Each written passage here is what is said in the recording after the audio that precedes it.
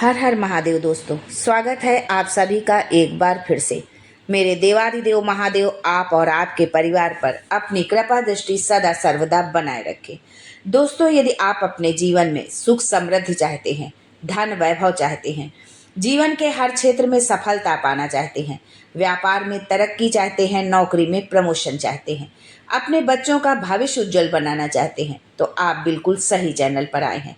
यदि आप पहली बार हमारे इस चैनल पर आए हैं तो चैनल को सब्सक्राइब करके बेल आइकन जरूर दबाइएगा।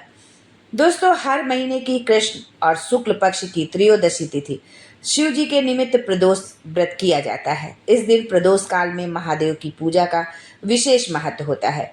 ज्येष्ठ माह का प्रदोष व्रत शनिवार 24 मई को किया जा रहा है, यानी कि आज प्रदोष व्रत किया है जो है। इस दिन पर शिव जी की पूजा का मुहूर्त शाम 7:20 से रात 9:13 तक रहने वाला है। इस तिथि पर किन कार्यों को करने से हमें बचना चाहिए, कौन से ऐसे कार्य हैं जो हमें नहीं करना चाहिए, यदि वो कार्य हम करते हैं तो भगवान शिव के क्रोध के हम भागीदार बनते हैं, उनकी नाराजगी हमको जो है झेलनी पड़ सकती है।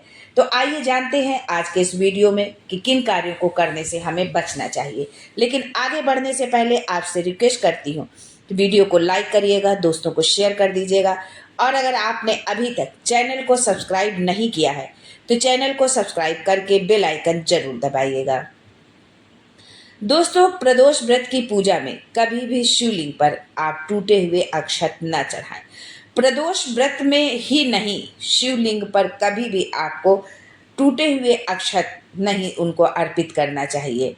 पहले से आप चावल को अच्छे से चुन के साबुत चावल रख लें, या सबसे बेहतर होता है कि आप जो है धान ले लें और उसके बाद जो है धान को जो है छील के आप उससे साबुत चावल निकालें, तो वो बहुत ही अच्छा होता है। जब हम भगवान के निमित्त कोई कार्य करते हैं तो ये भगवान के प्रति हमारी जो है सच्ची भक्ति होती है, सेवा होती है जो है।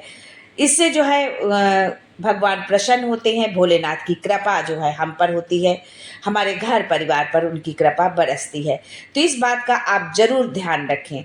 यदि आप बाजार से चावल लेते हैं तो उनको चुन के साबुत चावल निकाल लें, तब ही जो है भगवान शिव को वो आप अर्पित करें। दोस्तों, वैसे तो पूजा में हल्दी का प्रयोग किया जाता है, लेकिन भगवान शिव की पूजा में जो है, भोलेनाथ की पूजा में हल्दी का प्रयोग वर्जित होता है जो है।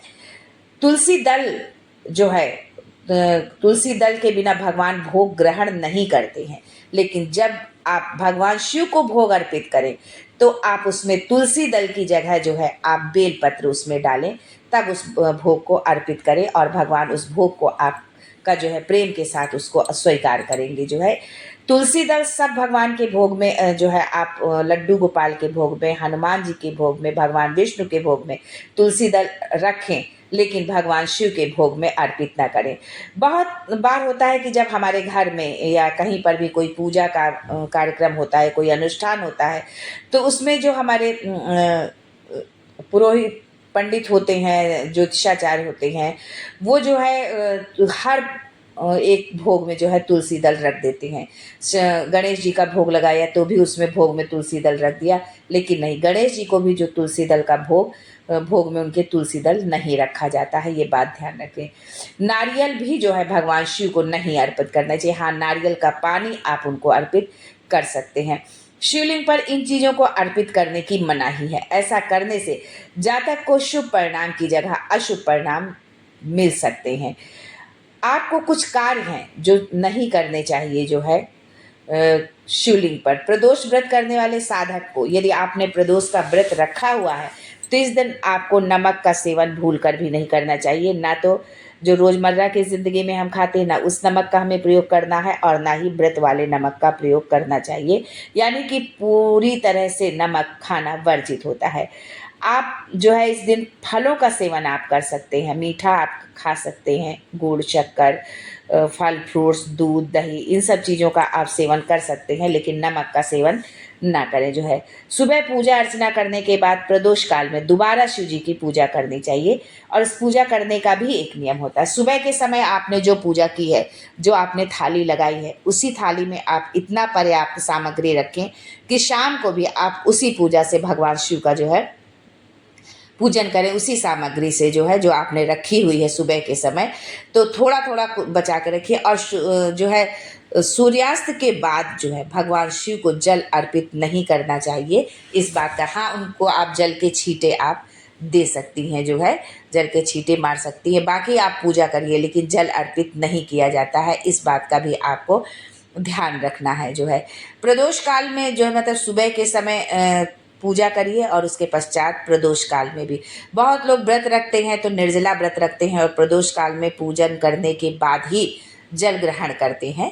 लेकिन यदि आप ऐसा नहीं कर सकते हैं, इतनी देर तक प्यासा नहीं रहा जा सकता है, तो अपने सामर्थ्य को, अपने जो है स्वास्थ्य को देखते हुए आप सुबह के समय विधिवत पूजन करें, और उसके बाद आप चाय पानी फल फ्रूट्स जो भी लेना चाहते हैं वो ले लें, और उसके पश्चात शाम को भी आप पूजन करें जो है। और पूजा करने के पास जो भी आपका संकल्प है, उस संकल्प के साथ आप जो है भोजन ग्रहण करें जो है। जो भी आप, बहुत लोग खीर बना करके खाली खीर का ही भोजन करते हैं, कुछ लोग फलाहारी लेते हैं। यानी व्रत जिस दिन आपने ये व्रत रखा है, तो व्रत में सुबह के समय आप जो जैसे भी आपको व्रत रखना है, उस व्रत का आप संकल्प लीजिए। उसके पश्चात उन्हीं नियमों का पालन करते हुए आप अपने व्रत को जो है पूर्ण करिए जो है। और इस दिन जो है जब आप व्रत रख रहे हैं, तो किस जो है पूजा के दौरान या पूरे टाइम आपके मन में किसी भी तरह के नकारात्मक विचार नहीं लाने चाहिए, किसी के प्रति द्वेष भावना नहीं होनी चाहिए, किसी की बुराई नहीं करनी चाहिए। भगवान में अपना मन लगा के रखना चाहिए, क्योंकि हमारा व्रत का मतलब ही होता है संकल्प। तो यानी जिस दिन हम व्रत रखते हैं, उस दिन हमारा संकल्प है कि हम अपना पूरा ध्यान, अपना पूरा समय हम अपने भगवान को अर्पित करेंगे, उन्हीं के ध्यान में रहेंगे। इसलिए सांसारिक चीज़ों से दूर रहते हुए अपना ध्यान जो है भगवान में लगाएं। प्रदोष व्रत के दिन किसी से भी झगड़ा न करें, झूठ न बोलें, किसी की निंदा बुराई ये सब कामों से आप दूर रहें। ऐसे कार्यों को करने से आपको बचना चाहिए जो है, वरना आप पूर्ण फल से वंचित रह जाएंगे। यानी जो आपने व्रत उपवास रखा है, या किसी जो है किसी निमित्त आपने रखा है, किसी विशेष फल की आशा में रखा है आपने इस व्रत को, कुछ आपकी ऐसी मन्नत है कि हमारा ये कार्य पूरा हुआ है या पूरा होगा, पूरा हो तो इसलिए हम व्रत रख रहे हैं, तो फिर वो चीज़, वो फल आपको पूर्ण रूप से नहीं मिलता है। ये बात आप मान लीजिए जो है। तो इसलिए इस तरह के विचार, इस तरह के कार्य हमको नहीं करने हैं कि जो व्रत हमने रखा है, जो संकल्प हमने लिया है, वो हमारा संकल्प जो है पूरी तरह से सफल ना हो, उस संकल्प का पूरा फल हमको ना मिले। इसी के साथ ही प्रदोष व्रत के दिन, चाहे महिला हो चाहे पुरुष हो, हमें पूर्ण रूप से ब्रह्मचर्य का पालन करना चाहिए। और पूजा के समय जो है काले रंग के कपड़े बिल्कुल भी न पहने। किसी भी तरह की आप पूजा करें, किसी भी तीज त्योहार की पूजा हो, किसी भी देवी देवता की पूजा हो, आपको काले रंग के कपड़े बिल्कुल भी नहीं पहनने चाहिए। आप लाल पीला हरा पहन सकते हैं। व्रत न करने वाले साधक को भी प्रदोष के दिन तामसिक भोजन से दूरी बनानी चाहिए। यदि आपने व्रत किया है तब तो आप इन नियमों का पालन करें ही, लेकिन यदि आपने व्रत नहीं भी किया हुआ है तो भी जो है आप प्रदोष के दिन जो है तामसिक चीज़ों से दूरी बना, मतलब तामसिक चीज़ों का सेवन ना करें।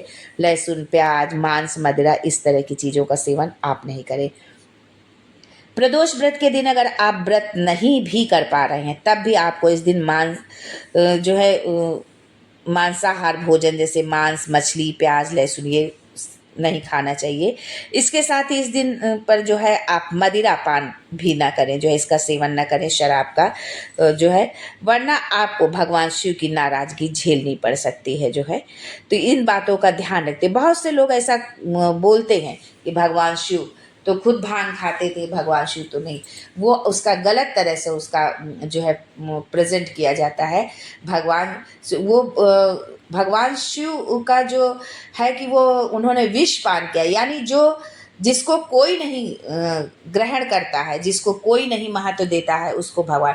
तो इसमें उनका उद्देश्य इस चीज़ को का दूसरा है कि जिसका कोई नहीं साथ है, जिस इंसान का कोई नहीं है, घर परिवार देश दुनिया समाज, उसके भगवान भोलेनाथ हमारे होते हैं। इसलिए भगवान भोलेनाथ बहुत ही भोले हैं। लेकिन इन चीज़ों का ध्यान रखते हुए आप इस तरह से प्रदोष का व्रत करें, और नहीं भी कर रहे तो भी आप इन नियमों को यदि आप मानते हैं, सिर्फ पूजन ही करते हैं, तो भी भगवान शिव आपसे प्रसन्न होंगे और आपके जीवन में खुशियाँ ही खुशियाँ भर देंगे, आपके जीवन से कष्टों को दूर करेंगे।